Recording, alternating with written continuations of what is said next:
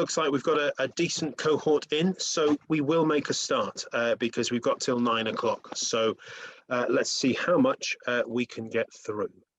Okay, so welcome everybody. You're all very welcome this evening. My name's Toby, and this is the latest in a series of GetPRDone events. For those of you who don't already know, GetPRDone is a cross-party and no-party campaign with a single aim, and that is to make sure that future parliamentary elections are decided with proportional representation. If you haven't already done so, please do join the GetPRDone Facebook group and visit the website at getprdone.org.uk, where you can find out more about events like this and get involved in the campaign. There's just a few bits of housekeeping before we begin. Please make sure your microphone is on mute until and if you're asked or invited to ask a question. The session is being recorded and there will be clips published online. If you really don't want to feature in the recording, it's very simple. Turn off your camera and refrain from asking a question, and there's no chance that you will be seen in any of the recordings. After some scene setting with each of our guests, we'll be opening up the session for your questions. Please use the chat section to ask questions, and it would be much appreciated on Matt's behalf, who's coordinating questions, if we could keep the chat free as much as possible for asking questions. If you want to continue the conversation outside, please do feel free to use the GetPRDone Facebook group. Matt will be selecting as wide an array of questions as possible, but we're really keen to keep the discussion forward focused and related to electoral reform. So if you really do want to ask a question, please make sure your question conforms to those guidelines. And we'd love to get through as many questions as possible. So please keep them succinct. And if you are invited to ask your question, please do so without a lengthy introduction. And following my own rule, here's the first of our two guests, Lord Richard Newby, or Dick. Dick is the leader of the LibDems in the House of Lords. He was previously been Chief of Staff to Charles Kennedy during his time, Charles's time as leader of the LibDems. Dick's been in the House of Lords since 1997, and earlier in his career, he was a member of both the SDP and of the Labour Party. Welcome, Dick. Thanks very much. Hi. And our second guest this evening is Mark Pack, who is the President of the Liberal Democrats. Mark's worked with the LibDems since 2000, including as Head of Innovation and running digital and data operations in 2001 and 2005 general elections. He's a published author, including the 2016 book, 101 Ways to Win an Election, and he presents the podcast, Never Mind the Bar Charts, which looks into everything British politics and a few other areas with a LibDem viewpoint. Welcome, Mark. Welcome, lovely to join you all this evening. Thank you very much. Mark, seeing we're with you, I'm going to start with you if that's okay. Could you tell us when and where does your personal commitment to electoral reform come from? As long as I can remember having a view about electoral systems, I've always been in favour of PR. So some of the answer to your question is lost in the midst of my childhood, I guess. But it's really come from that sort of, you know, fundamental consistent pattern in British politics of, if you look at the makeup of the House of Commons, and you look at the number of MPs compared to the number of votes each party has secured, there is just a really consistent major mismatch. And obviously sometimes, you know, my own party, the LibDems, has been the particular victim of that, but by no means, you know, by no means that only the LibDems have suffered from that. And crucially, whichever party's suffering from it, the real loser is the public. And that's the thing that has always struck me, is that, you know, voting systems need to be there to serve the public. And there's a bit too much of the way that our voting system operates that it sort of serves the interests of MPs of some parties rather than the public. Excellent. Thank you very much. Nice and clear. Dick, a similar sort of question to you, I guess, is where does your belief in electoral reform come from? And perhaps is there a particularly memorable conversation, I guess positive or otherwise, you've had with anyone in Parliament about PR? Well, I started my political life in the Labour Party, where PR just wasn't discussed. This was in the 70s. I then joined the SDP. The Liberals had always been in favour of it, or for a long time, but it didn't really hit home to me until the day after polling day in the 1983 election, when the SDP Liberal Alliance got 26% of the vote and 23 seats, and Labour got 28%, just 2% more, and 209 seats. And that just made me really angry, and just showed to me, in the starkest possible way, that Parliament didn't represent the people, and that's its point. And so it's remained ever since. So it's a straightforward fairness point to me. The one conversation which strikes me, or I remember about it with a parliamentarian, was with a chap called Tom Strathclyde, who was the Conservative leader in the House of Lords in 2005. And it was clear that they were going to lose the election. And both he and I found ourselves, as peers do, early on an election night television programme. And he knew they'd lost. This was the third election they were going to lose in a row. And Blair only got 35% of the vote. And I said to him, "Come on, Tom, you should be in favour of PR, this isn't fair, is it?" And he laughed at me, he says, Dick, he says, "We Tories will never support PR," he said, "because if we do, you and Labour will be in power forever." And that summed up another purely pragmatic argument, nothing to do with the principle, nothing to do with democracy. It was a neat calculation of party advantage. Fascinating, thank you. I think that probably indicates some of the direction this evening might go in. Mark, with your experience right across the party and outside the Liberal Democrats as well, how important is PR with the grassroots, both within and without the Liberal Democrats? Yeah, I mean, in a way, I think this touches on the real challenge about securing electoral reform, which is, I think there's very widespread support for electoral reform in the LibDems, including, interestingly, amongst the huge proportion of our membership who have joined since 2015. And you might have thought that given how many members we've attracted in the last 2-3 years over Europe, that they wouldn't necessarily be as pro-proportional representation electoral reform as longer standing members. But when we've done surveys of members, actually, I'm very glad to be able to say that belief in electoral reform is as strong amongst newer members as long standing members. The real challenge, though, is that obviously for the public, although, if you ask a broad brush, are you in favour of electoral reform question, with the public, you can quite often get some quite promising looking results, is the public don't appreciate it being as important as we know it is. And I think the real challenge is to find the ways to relate changing the electoral system to directly making people's lives better. And there are lots of ways I think we can make those arguments, which hopefully we may get into in some of the other questions. But I think that's the real challenge at the grassroots outside, political parties like ours, is to make that connection to people's lives, because otherwise it just feels like a theoretical politics thing that might be nice but doesn't really matter and doesn't therefore really get the support that we need. Interesting, thank you, Dick. I guess the answer isn't the same, or the solution isn't the same for parliamentarians. What's the way to influence parliamentarians around PR? Sufficient parliamentarians have got to feel that their party will not win an election under the current system to change their minds. I mean, I think Mark's hit the nail on the head in terms of the challenge of promoting PR. It's got very low salience. It's not something you can talk about on the doorstep and expect people to immediately say, yes, that's why we should vote for you. So the question is, you've got to appeal to the politicians to support it.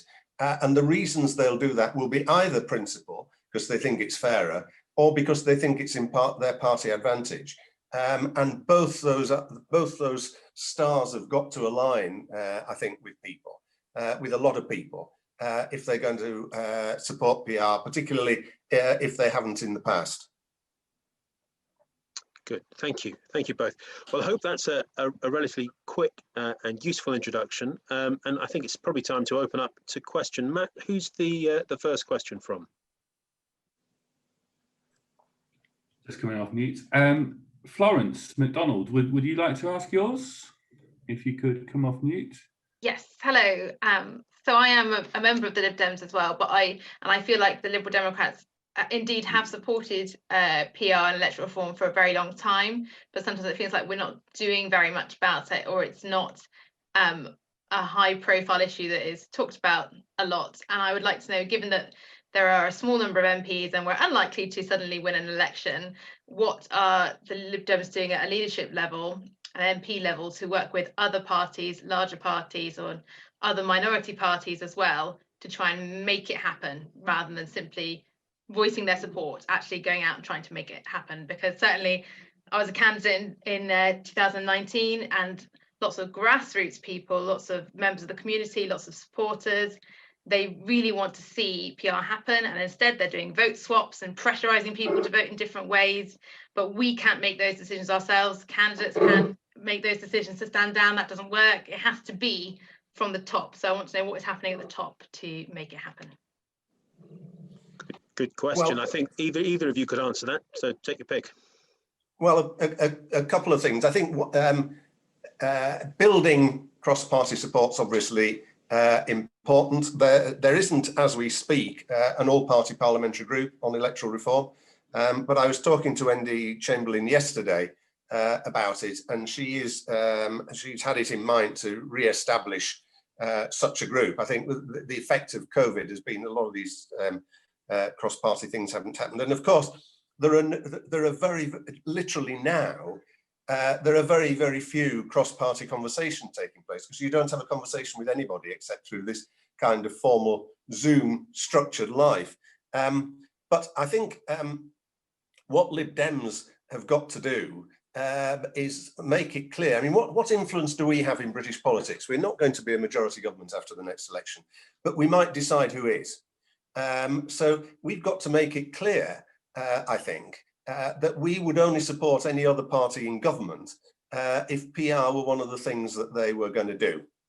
And that's our leverage, because I think it's going to come down to, raw power and who could exercise just straightforward political leadership and leverage to get the thing through. Mark, have you got anything to add to that?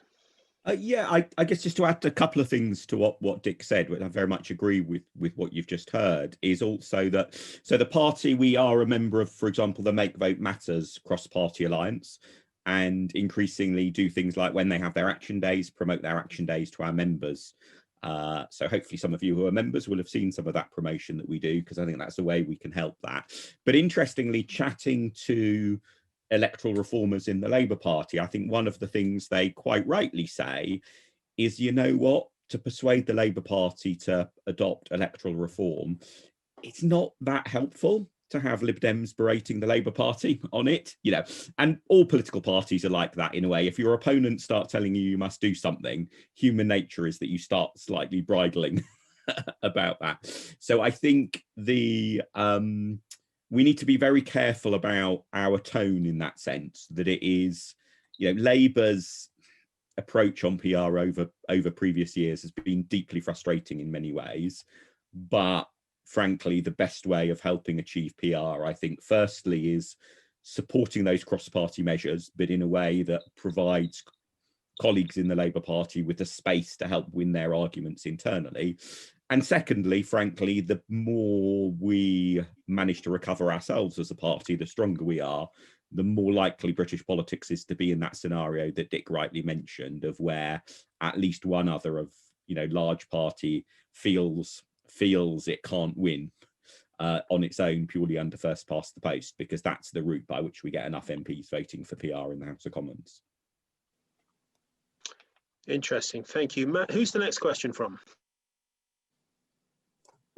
I think we'll go with Robin Bishop, please, if you could come off mute. Yeah, thanks, guys.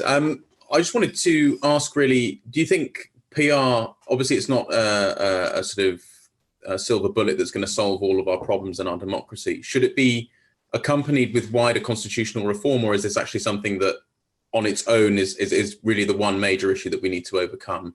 And if we do need to sort of address it along with other constitutional changes, how can that be brought about? I think we'll probably go to Lord Newby on that one, as wider constitutional reform might involve the House of Lords. Well, I mean, there are quite a number of bits of constitutional reform that are long overdue. Certainly reforming the House of Lords and electing it is one. Devolving power down into a more of a federal structure across the United Kingdom is another. And I mean, one of the curiosities almost of the current system is that many other layers of government in the UK operate by PR. So the Scottish Parliament, the Welsh Assembly, the London Assembly, Scottish local government. It isn't as though PR was an alien concept in Britain, but there is the need for a number of these broader constitutional changes. I mean, the last time we had a big round of constitutional change, of course, was in 1997 or after 1997, where Tony Blair's government brought in, amongst other things, the principal devolution changes. And that had followed a joint Labour LibDem initiative, the Cook-McLennan talks, which had process, which had brought together a menu of constitutional changes, of which PR was one. And of course, what happened in that case was that Tony Blair commissioned Roy Jenkins to do a report on it, which he did, coming up with proposals for PR, and Tony Blair chickened out because frankly, he didn't see the need for it when he had such a huge majority, and he knew it was going to be very costly with some of his people, such as John Prescott. I think a broader push for constitutional reform needs to take place after some kind of deliberative process. And Keir Starmer's talked about establishing a constitutional commission in the Labour Party. The Scottish Parliament was instituted following a constitutional commission in Scotland, non-party constitutional commission. And I think in terms of working with other parties, a cross-party established constitutional commission looking at all these things, including PR, has a lot to recommend it. The Tories, of course, in their manifesto said that that's exactly what they were going to do, but they've in effect dropped it. Instead of having a constitutional commission, the way that Michael Gove describes their approach to constitutional reform is eating the elephant in bites, which is an interesting concept. Indeed. Mark, anything to add to that on wider constitutional reform? Yeah, I think in theory, it's definitely there's a lot of logic in what you said, Robin, about the situating electoral reform in a sort of a wider constitutional consideration, because there's so much else that also needs fixing in terms of how our country is run. I guess my nervousness is that we've seen several times sort of best intents where people sort of say, oh yeah, no, we're really committed to introducing electoral reform, not then being seen through. And essentially the fundamental problem is, when you're thinking about MPs by definition have won under the existing system. So I think there's a real risk of sort of diminishing levels of commitment. And so I do worry that going down a constitutional assembly type route, just as it were, kicks things into the long grass. And by the time we get to the long grass, the will to act may have dissipated. So I think the most likely route is through a hung parliament in which, there's some political leverage that can be deployed, and to use that leverage at its point of maximum impact, which is early in a parliament, to secure sort of electoral reform as a freestanding thing. But we know that the introduction of electoral reform in itself will very much change the makeup of future Houses of Commons. In a sense, is partly the point in a way, and that therefore enables other reforms to be returned to. So I think that's probably the most plausible route. That said, if the best route in the end that colleagues in the Labour Party say to get the Labour Party to back electoral reform is in that broader context, then, you know, so be it. I'm certainly not going to be throwing rocks from the sideline if that turns out to be the best route. Great, thank you. Good answers, and different answers too. Okay, Matt, who's next? Can we have Tessa, please? It's me. Can you hear me all right? Yeah. Good. Yep. Where I live, it's a new town split between, or two constituencies, both really marginal Labour Tory. And the Tories win every time because the progressive vote is split between Labour, Lib Dem and Green. And I bent the Lib Dem organisers here about this. I've also spoken to the agent who's actually given me your email address, Mark, to bend your ear as well. But I mean, it's so frustrating to see this every time, that there's sort of quite vigorous campaigning by the Lib Dems when you look at it, and you know, Labour could have won. And although I'm not particularly party political, you know, the thought of just getting rid of a couple of Tories would have made such difference. You want to hang Parliament? Well, you know, that's an opportunity. So this kind of story is replicated right across the country, of course, in various different ways and guises. But I guess the question overall is about progressive alliances and electoral pacts. Mark, do you want to start on this? Yeah, I guess my starting point is there's a clear lesson from British political history, and you know, Dick will have loads of scars on his back, I'm sure, still from the 1980s and the sort of seat negotiations, the Liberal SDP seat negotiations, to having, in that sense, you know, one combined set of candidates, but also that we've seen more recently with things like Unite to Remain and so on. Trying to organise seat deals is, yeah, the consistent track record is that it's massively difficult, really painful, ends up often being so time consuming and controversial that it distracts and hobbles the abilities of parties to otherwise run effective election campaigns. And also in the end, a lot of the voters don't play ball. No, and one of the reasons is that you know, if say you look at the second preferences of Lib Dem voters, there's definitely a distinctive tilt towards Labour in terms of the second preference of Lib Dems, but it's by no means, you know, you don't have a Lib Dem candidate, all the Lib Dem votes go to Labour position. So I think there are, you know, reasons both in terms of lessons from the past about how poorly seat deals work, and reasons in terms of sort of political arithmetic to be very cautious indeed about that sort of approach. Very exceptional circumstances aside, I think, you know, all parties standing down for an independent in Tatton in 1997 to make sure that a scandal shrouded Tory was defeated was, you know, was the right thing, and it worked. But I think what is better in a sense and more effective is the things that, you know, like that the Cook-McLennan talks that Dick referred to in terms of setting out, you know, areas of common agreement as much as possible, and letting voters make their decisions. And in a sense, voters self-organizing works much better than political parties in the metaphorical smoke-filled rooms. These days will be on a Zoom call, political parties on a Zoom call trying to cook up deals. It's the self-organization of voters at the grassroots level that I think history tells us is the more impactful. Have you got an example of where that's worked? Well, I think a really good example of that was the 1997 general election. You know, you look at just how big an increase there was in tactical voting in the 1997 election, and there'll be one or two of my colleagues who in seats where they hoped that the tactical voting would come Lib Demwards and it didn't, who, you know, who will obviously add some caveats to that picture. But broadly speaking, you know, there was a huge increase in tactical voting, and it was massively effective at defeating Tory MPs and electing a far more Labour and Lib Dem MPs who were both committed to a big programme of constitutional reform, even though sadly electoral reform in the Commons wasn't an element achieved, but a whole load of other stuff was. So I think 1997 is the positive role model in that respect.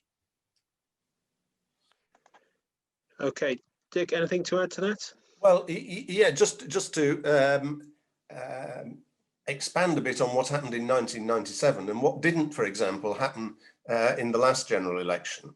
In 1997, apart from the fact that there'd been a number of areas of joint policy making and discussion with Labour, and the fact, of course, that Tony Blair had said he was going to form a coalition with the Lib Dems, there was a tacit understanding that tactical voting will be supplemented by parties not campaigning in seats where they stood no chance, but the other party did stand a chance. It gets back to the comment that the questioner made. So in the last general election, for example, the Lib Dems very, very nearly won Wimbledon.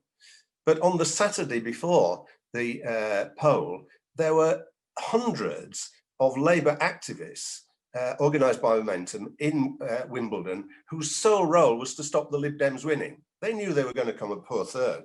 So we've somehow got to stop that, because that's crazy.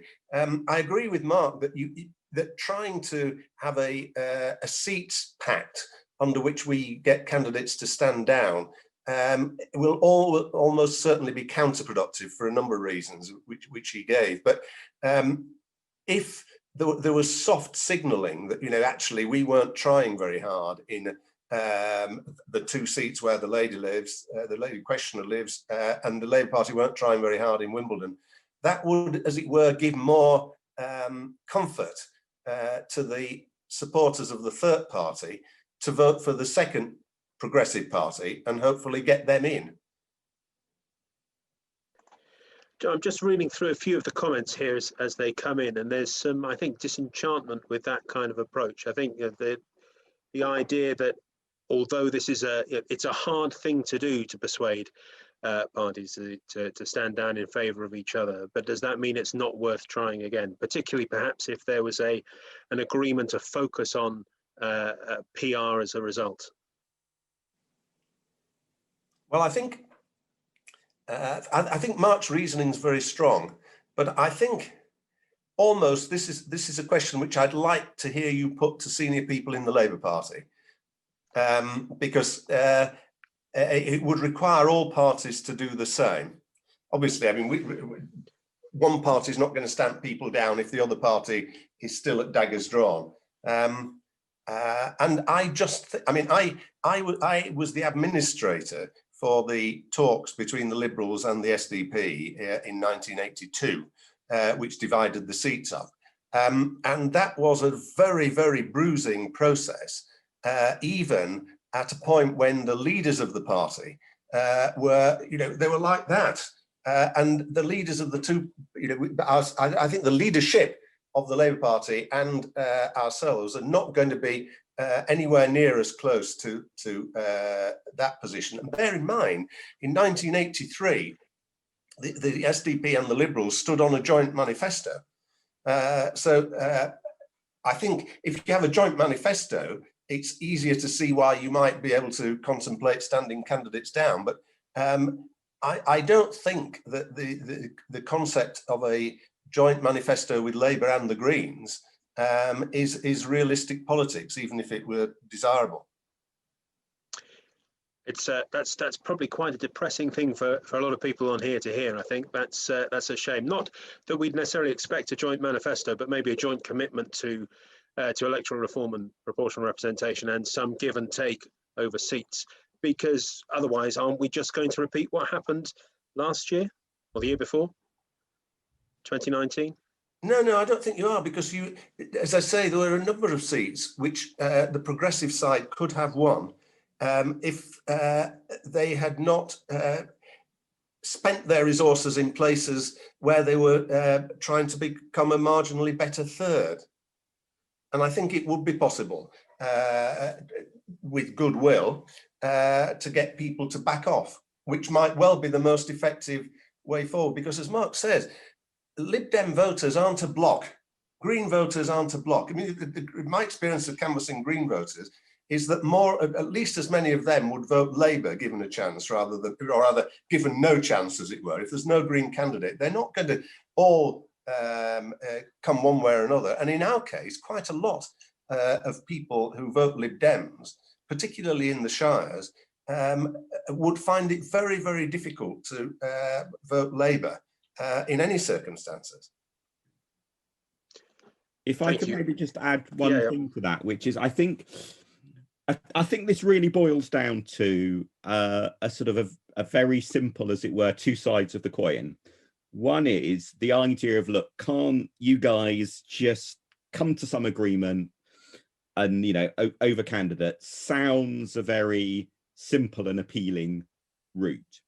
On the other hand, the evidence from past experience is that it's a route that repeatedly has been a failure, essentially. So I think the way that at least I come at this from is sort of saying, well, look, if we've got this really clear evidence from the past, I mean, I'm willing to be persuaded to change my mind, but it's got, there needs to be something, there needs to be some real reason to believe other than, oh, just wouldn't it be nice, as to why what's not worked in the past would work this time. Now, maybe there is an answer to that might persuade me, absolutely. But in that sense, in frankness, you know, to everyone on this call, because I suspect a lot of people in the Lib Dems have a, you know, similar take on this. That's the key thing, you know, that's the key thing to sort of address is what's the thing that's really different this time, genuinely so different for that past record, or alternatively to say, well, okay, if that's the weight of evidence that we've got, therefore, what's the alternative tactic that might work better? And I think that's really the nub of this issue. Okay, thank you. I think I've probably flogged that one as far as it'll go. Matt, who's the next question from? Yeah, actually, can I ask one? This is the advantage of being the questioner. You get to veto and ask your own question when you get the choice. So, I mean, we've got, and it's obviously leading on from this. So we've got the PR motion at Labour's conference this year now. So, I mean, if that passes, then that will be a democratic process that the Labour Party's gone through to become a PR party and support PR. I'm not sure if that's ever happened before. So that would be one thing that's different. We've also just had Brexit, and I think that's sort of driven home to people the unfairness of a democratic system and the fact that we've just had a Tory Brexit deal done on 44% of the vote. So that's hitting people hard. And then you've also got, from the left of Labour, some of the unions are now sort of coming around to the idea as well. So there's quite a lot of stuff changing with Labour. So, sorry, that was a very long intro. So, I mean, if Labour came to the Lib Dems and said, look, let's do a pact, can we be sure that the Lib Dems would say, okay, let's go ahead with it. Let's get the Tories out and bring in PR. You'd only do the pact on the premise that you would then legislate PR if that alliance won. Is there any chance at all that the Lib Dems would say no to that? I think it's so far removed from the current, what I see as a current political possibility, that I'm going to slightly say it's a hypothetical question, because I think it doesn't. First of all, it wouldn't come out of the blue. That there'd need to be quite a lot of what you might think of as confidence building measures between both parties. I mean, there is no. In the Lords, we work extremely closely with the Labour Party, it has to be said, and we've been very successful in defeating the government by doing that. And I have zero problem about working very closely with Labour, but that's not been the mentality in the Commons, and we have a genuine challenge, both of us, with quite a lot of members who are very tribal. And whose, because of local government battles, their main opponents are the other half of this progressive grouping. And when you get to the cities, if you take somewhere like York, for example, there's a three-way battle, but it's between Labour, Lib Dem, and Green. The Tories just don't exist. So I think what you need as a prelude to that, for it to be even conceivable, is there'd need to be a broader discussion about political realignment and working together across a broader range of issues, because I don't think you couldn't form a government where the only thing you agreed on was PR. It'd have to be a part of a broader process. So I'm not saying the Lib Dems would never stand down seat people in any circumstances. I don't think that's the case at all. But I think we're such a long way from it now. Let's think about how we begin to build up more trust between the parties so that we can contemplate how we get to the outcome that we in this call all want. Okay, Matt, let's have the next questioner. Okay, Toomey Hawkins, would you like to go? Are you ready? Good evening. Yes, I am. Actually, I think my question is quite relevant to the last one. Bearing in mind, we tried in coalition and ended up with a failed AV campaign. I mean, how can we be sure that even if we made a pact with Labour, it will not be dropped as the Tories did with us? And we end up with campaigning for something that nobody seemed to want. And I think it goes back to the issue of trust, doesn't it? Yeah, but I think that the other thing is that I think in reality, Labour would need to have had it in their manifesto for us to have much confidence about it. I mean, the problem with the Tories was that we knew that in their hearts they were opposed to it. And so we got this sort of conditional agreement about having a referendum on it. But we knew that the vast bulk of people in the Tory party were opposed to it. So I think you'd have to be in a, to be relatively confident of success. You'd need to know that Labour as a party in its manifesto and the Labour leadership as individuals thought that, agreed that this is something they wanted to do. And then I think you could have confidence in it. And I think there's a lesson there from the very successful campaign for freedom of information. And, the key sort of insight in a way that resulted in the end with success for the freedom of information campaign was that you need to get a government to legislate for freedom of information quickly, because, slightly tongue-in-cheek, but also with a degree of seriousness, the longer you're in office, the more secrets you might accumulate that you feel you don't want to be exposed by freedom of information legislation. So get it done quickly before bad temptations creep up on you. And I think that's exactly the lesson as well for electoral reform. The sooner and quicker you can get it done after the election, the better the odds of success. And so that's why, I mean, in a weird, one of the tiny silver linings in amongst a whole load of other horrible things that have happened in the last sort of 3-4 years in British politics is I think it's plausible now to push for electoral reform in the Commons without a referendum, in a way that, you may remember in the immediate aftermath of the AV referendum, it felt like electoral reform's completely off the agenda, but it would have to be, some attempt to win another referendum at some point in 10 or 20 years' time, whatever. I think the concept of referendums has been so severely tarnished that the key route is, and this I think partly comes back to your point, Matt, and it's a reason for optimism, is if multiple parties have a commitment to electoral reform in their manifesto for the next general election. And as you say, there's some really promising work being done in the Labour Party. Then there's a route to getting electoral reform done promptly after the next election. And so it's plausible, it's not definite by any means. The Tories might win the next election, for example, but it's plausible that we could have, the House of Commons legislating for electoral reform in, what would it be, 4 years' time. That's a very achievable aim. Okay, that's good. There's some positives there. Make sure we get PR done as soon as possible after an election. Make sure we get it in manifestos. Okay, Matt, who's next? Peter, please. Would you like to go next?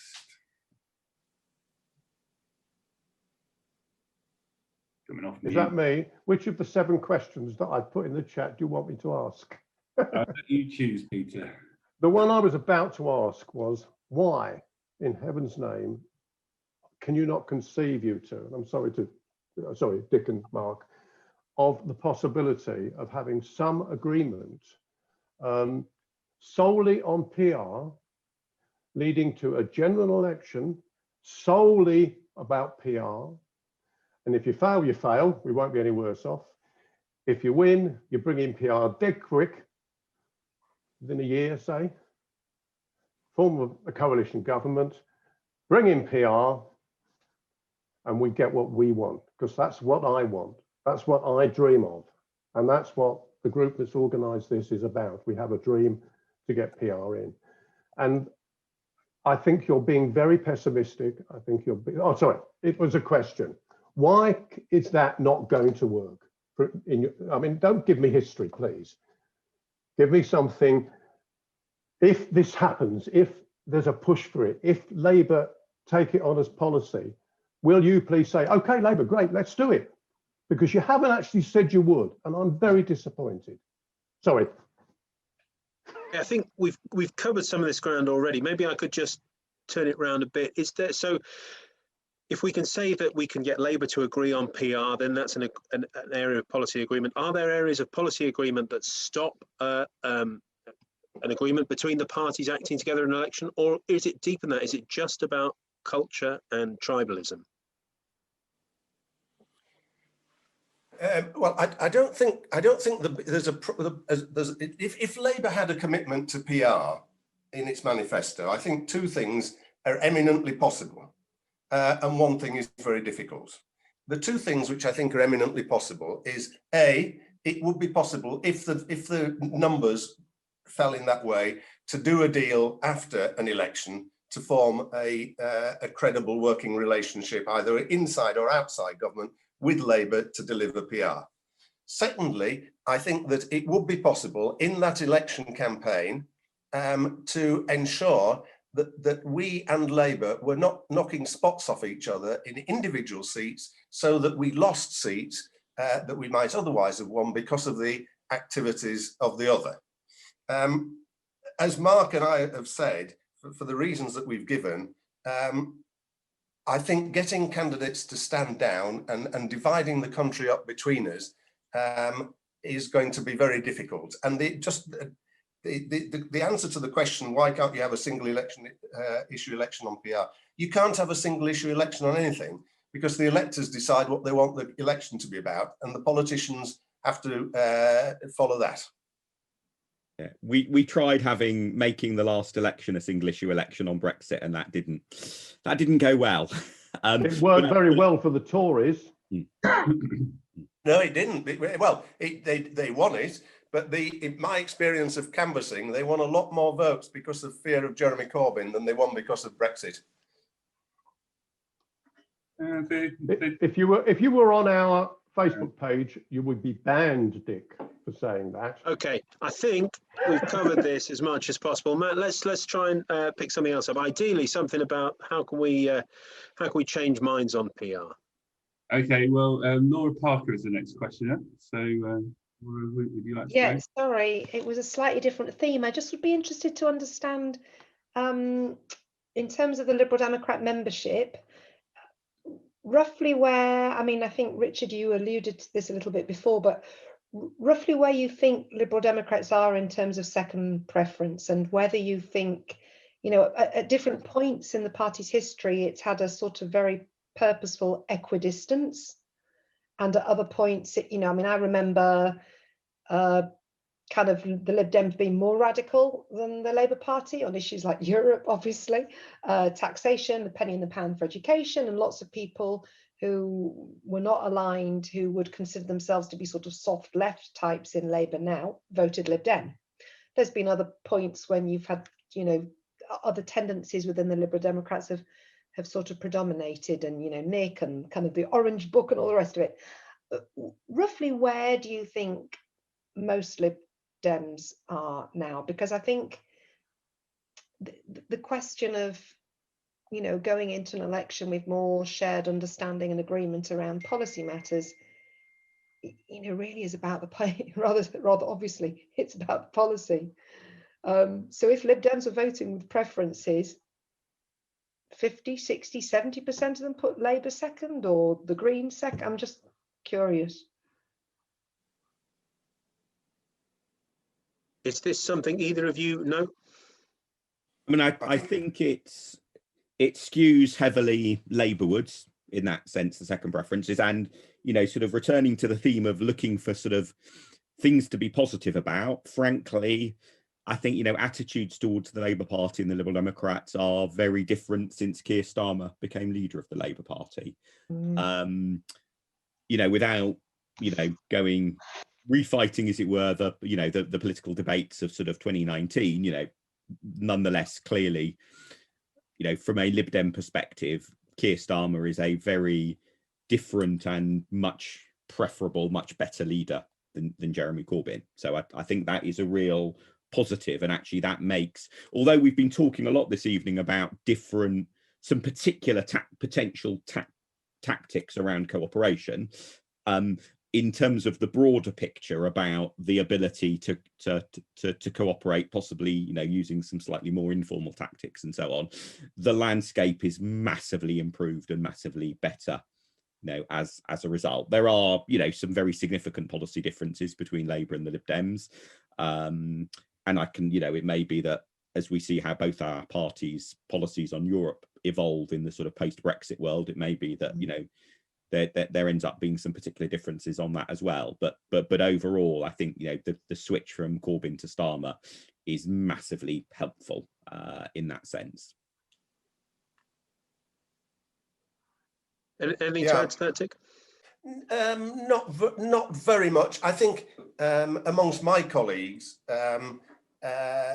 there, you know, I think there's a view that this government has been so, and it remains, and is likely to remain from our perspective, so unremittingly awful, that working with Labour under a more moderate leader is obviously a very much preferred way forward. And I think if you support PR, and certainly if you're the Lib Dems anyway, you've got to accept that if you make an arrangement in government or to support a government from outside government, you don't get everything you want. And the challenge is to try and make sure that you get the things that matter a lot to you, and you don't cause great hostages to fortune, which of course is what happened to us in the coalition with tuition fees. Okay, thank you, Matt. Who's the next question from? Can we try Sue Ackroyd?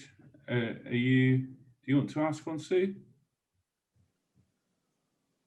I asked one a little while back, so she might not be ready. Can you hear me? Yes. I thought we couldn't let today pass without mentioning the new US president. I have a son in America, so I take an interest, but I think we are at the moment reaching a place where we are stuck between America and the EU, and we may need to consider that. But I was wondering whether we could sell PR to the public to obtain unity and renewal. President Biden has called for unity and renewal for the states. This is something we need after coronavirus and Brexit. And there is huge amount of divisiveness. Can we try and get the public to support PR, to unite and renew the country? Can we unite without PR? Also, we haven't considered the SNP in the equation so far. How can we keep the union? If we had PR at Westminster, could we improve upon these various aspects? Thank you. Well, I think the SNP is almost the elephant in the room, really, because it's likely, as things stand, that any non-conservative government after the next election would need at least some sort of support from the SNP. And my guess is that they wouldn't give any support whatsoever without a referendum on Scottish independence. I'd be amazed if they did. So that's what I rather think about them. I think whether the two things that would define whether you could go for, as it were, a joint unity platform, which obviously has some attractions, is first of all, will the way the Tories continue to govern be as divisive as it has been up to now? Because Boris has the ability, if he chose to use it, in my view, to present himself as a one nation kind of guy, because he's a chameleon. I don't think his party will really let him. His challenge is to stop more division, because the immediate impact of the pandemic is going to be greatly to increase economic disparities between the South and the North. So let's assume that he doesn't become a one nation Tory, and doesn't make, although he's bound to make an appeal to patriotism in a sort of blimpish kind of way, because he likes that. As far as a more general appeal for unity, I think if you were going to do it across several parties, it'd have to be on more than PR. I think you'd have to say, this is our economic package, or this is our, I think you'd have to have a number of pillars to it, because as we said right at the start, for so many people, they can't see they don't know why it matters. And so you could, I think you'd have to do it, if you did do it, as part of a much broader policy agreement. Mark, do you want to come in on this? No, I think Dick's covered it well. Okay. I'll pass and let's squeeze in a bit more of another question. Okay, Matt, who's next?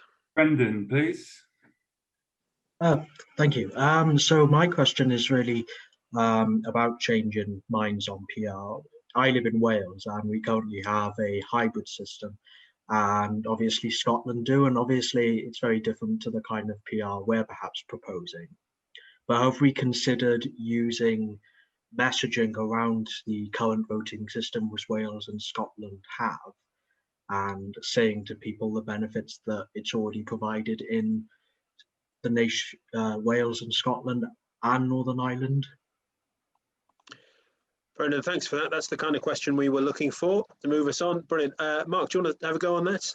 Yeah, I mean, I find that argument very persuasive. I guess the slight fly in the ointment is that when, many of us tried using arguments like that in the 2011 referendum, AV referendum, in terms of saying, look, preferential voting was already in place in Scotland, in Wales, and a whole load of England mayor elections and so on. It just didn't really work as an argument. So I find it very persuasive, and I think it's a really good supportive argument. I think as it comes to the crunch of whether it's future general election or a referendum or whatever the scenario is, one of the key things your point rightly illustrates, Brendan, is it will be important to really properly research and understand what are the arguments that move the people we need to sway, because it's a very common thing in politics that what makes a group of people really passionate about an issue is not necessarily the same as the arguments that will persuade other people to agree with them on it. And so it may be that, the reasons we would all have for supporting PR are not necessarily the persuasive ones. But, the sensible way of doing that is to, do the focus groups, do the opinion polls, do the talking to people and building it on evidence. So in a sense, I would say, let's the evidence drive that in answer to your question. Given the Lib Dems' long-term support for voting reform and PR in particular, does that evidence exist? Do you have that? What are the arguments that persuade unpersuaded people?